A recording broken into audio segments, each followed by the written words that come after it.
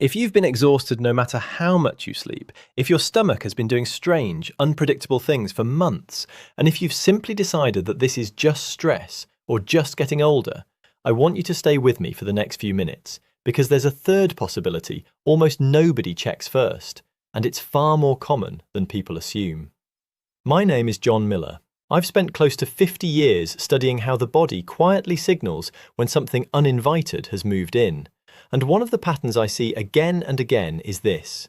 A person feels tired, foggy, bloated, itchy, or simply off for month after month, blames it on work pressure or the natural slowing down that comes with age, tries to push through it, and never once considers that a parasite, a small organism living quietly in the gut, could be sitting underneath the whole picture. I want to be careful and honest with you right at the start.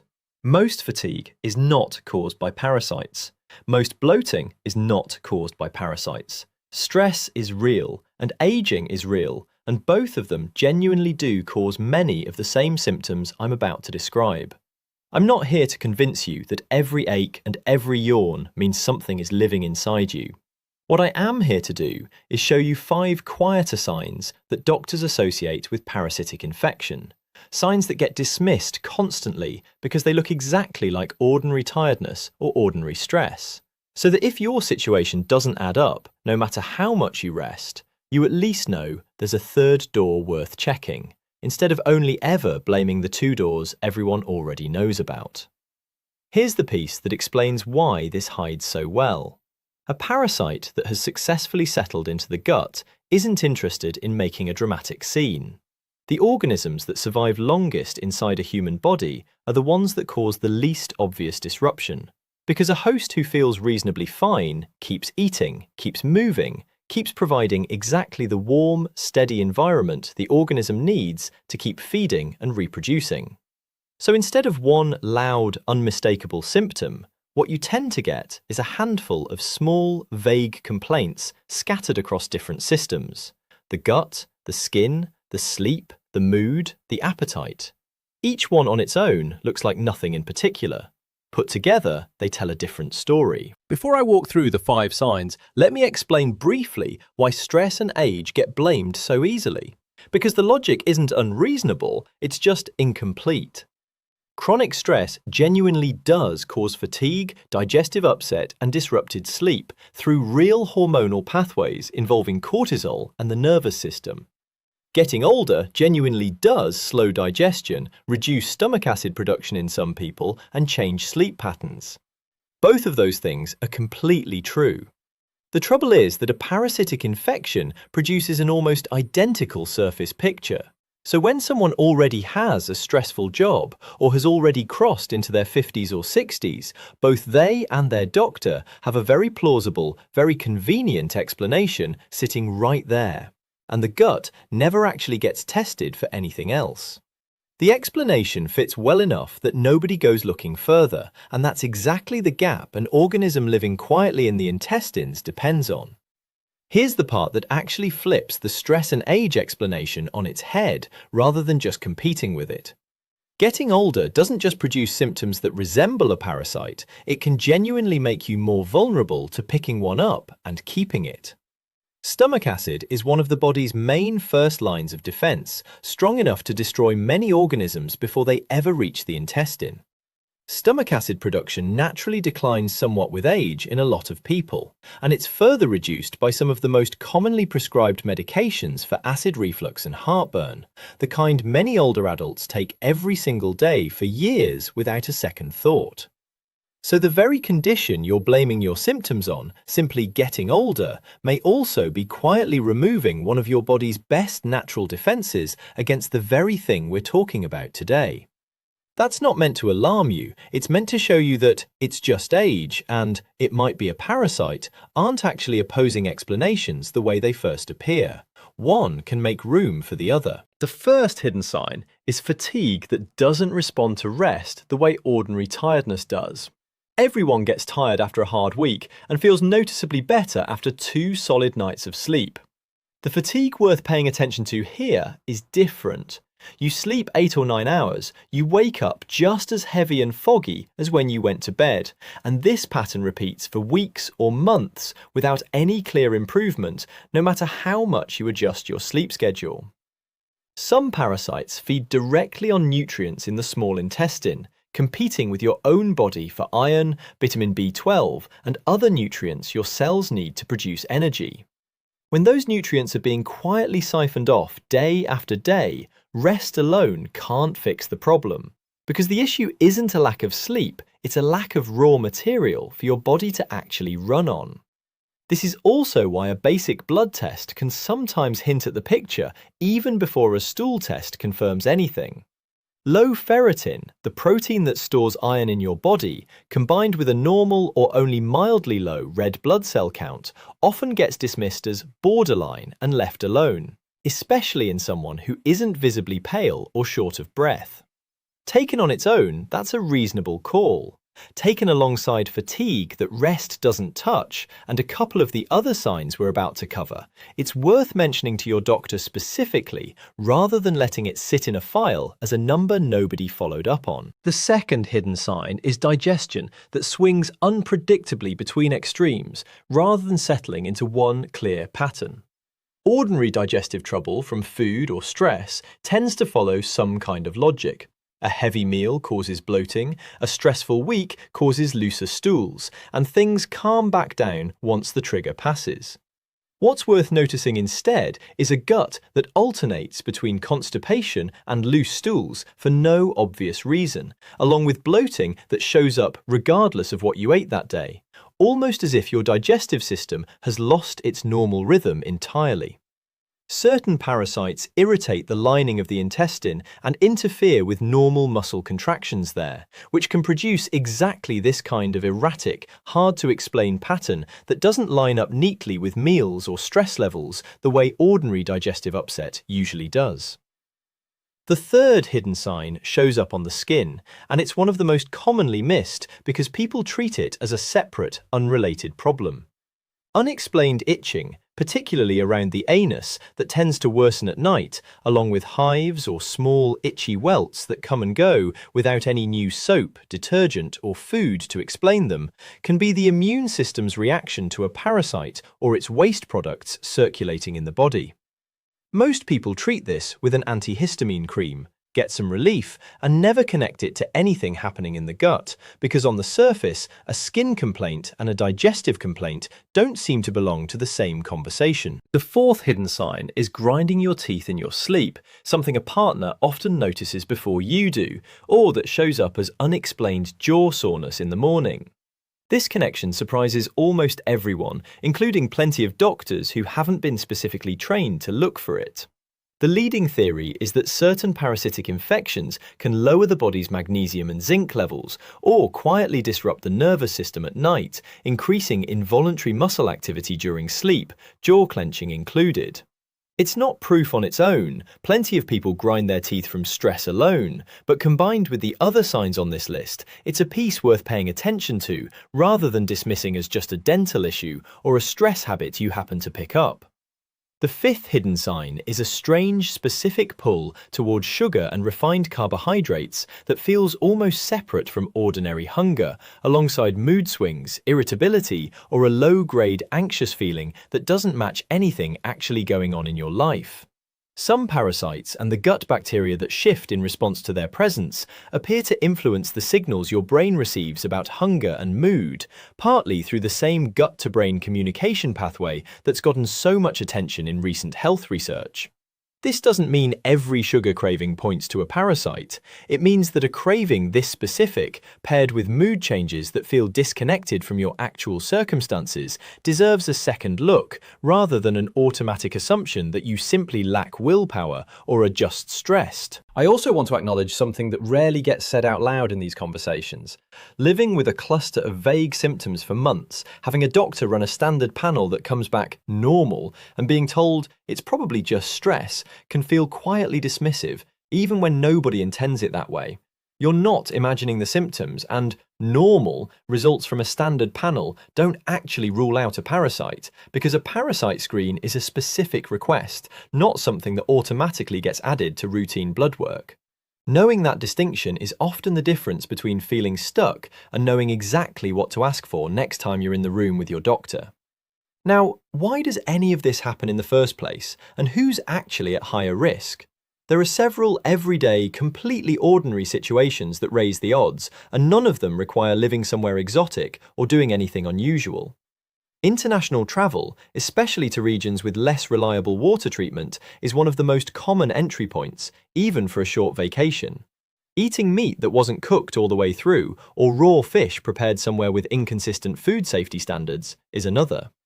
Spending time around young children in daycare settings, where hand-to-mouth contact is constant and hygiene habits are still developing, exposes adults far more often than people realise, since plenty of common intestinal parasites spread easily within households once one family member picks something up. Gardening with bare hands in soil that animals have access to, walking barefoot on certain types of damp soil, and close contact with pets that haven't been regularly dewormed all add to the picture as well. None of this is about blame. It's simply useful to know that these are the ordinary, ground-level moments where exposure tends to happen, far more often than any dramatic or unusual circumstance. So what actually helps, beyond simply wondering about it? The single most useful step, if several of these signs sound familiar and have lingered for months without a clear cause, is asking your doctor specifically for a stool test that screens for parasites, sometimes run as a series of 3 samples on different days, since some organisms aren't present in every single sample. This is a different test from a standard physical or blood panel, so it's worth asking for by name rather than assuming it's automatically included. A simple blood test checking iron and vitamin B12 levels is also useful, since a deficiency there can support the picture even before stool results come back. If a parasite is confirmed, treatment is usually a short, specific course of medication chosen for that particular organism, prescribed and monitored by a doctor. I'm not going to name particular drugs or doses here because the right choice depends entirely on which organism is actually present, something only a proper test can tell you, not a video on a screen. It helps to have a realistic sense of timing once treatment actually starts, because expecting the wrong timeline is its own quiet source of giving up too early or assuming nothing happened.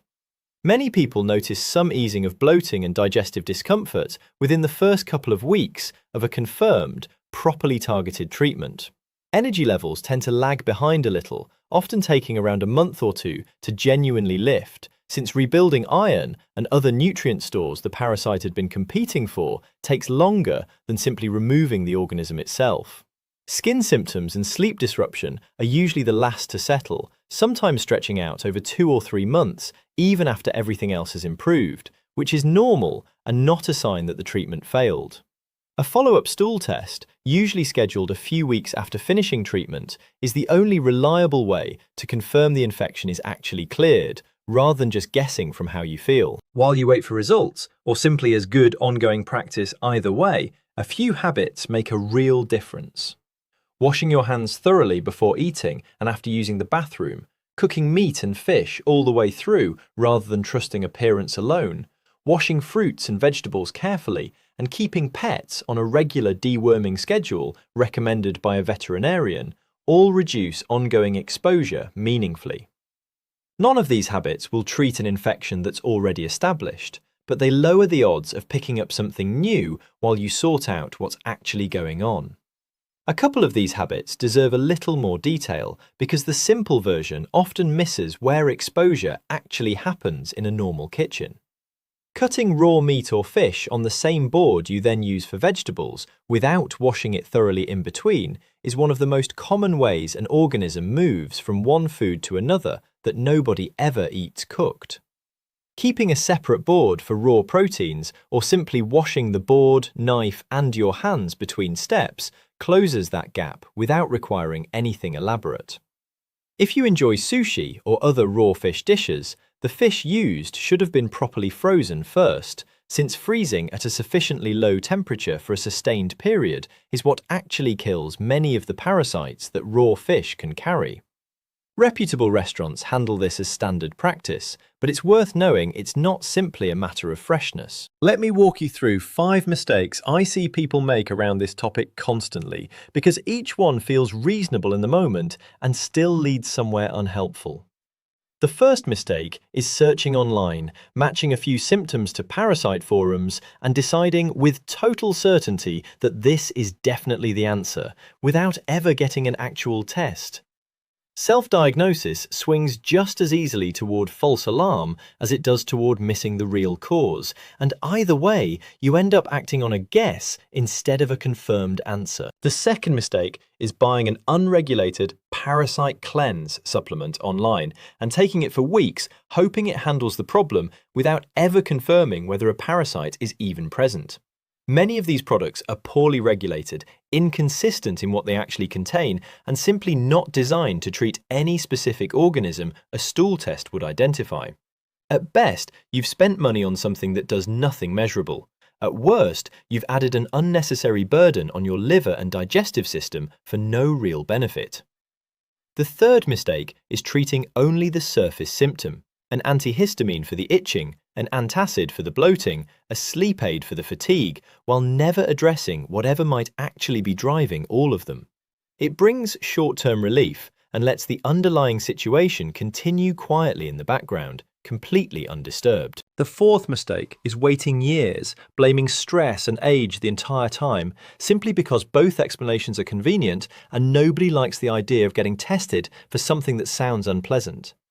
The longer a confirmed infection goes untreated, the longer it continues drawing on your nutrients and irritating your gut lining, even though the day-to-day discomfort rarely escalates dramatically, which is exactly what makes it so easy to keep putting off. The fifth mistake is stopping treatment early the moment symptoms start improving, rather than completing the full course a doctor actually prescribed. Feeling better partway through doesn't necessarily mean the organism is fully cleared, and stopping early is one of the more common reasons people find themselves dealing with the same problem again a few months later. While we're on mistakes, I want to name a few specific actions that are genuinely risky rather than simply unhelpful. Taking deworming medication made for livestock or pets, something some people have started doing after seeing it suggested online, is dangerous. Those formulations and doses were never designed for a human body, and the potential for harm is real. Prolonged fasting or extreme cleanse diets, marketed as a way to starve out parasites, can cause genuine nutritional harm of their own, especially in older adults, without any solid evidence that fasting actually clears an established infection. And combining several strong herbal antiparasitic supplements at once, stacking them in hopes that more is better, raises the risk of liver strain considerably, particularly if you're already taking other regular medications that are processed through the same organ. If this kind of hidden infection goes unaddressed for a long stretch, the cost isn't usually dramatic, and I'm not here to frighten you about it.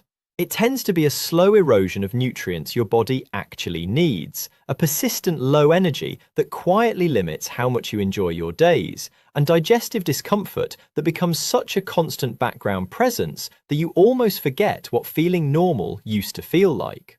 That's worth taking seriously on its own terms, even without anything alarming attached to it. There are situations, though, where this stops being a wait-and-see conversation and becomes something to bring to a doctor promptly. Severe abdominal pain that doesn't ease, visible worms or anything unusual in your stool, noticeable unintended weight loss you can't otherwise explain, blood in your stool, or a fever that shows up alongside digestive symptoms are all reasons to be seen properly and promptly, rather than waiting to see how things develop on their own. So here's a practical plan you can actually start with. Write down, honestly, which of the 5 signs from today sound like you, and for roughly how long they've been going on. Book an appointment with your doctor and ask directly for a parasite-specific stool test, rather than assuming a routine checkup automatically covers it.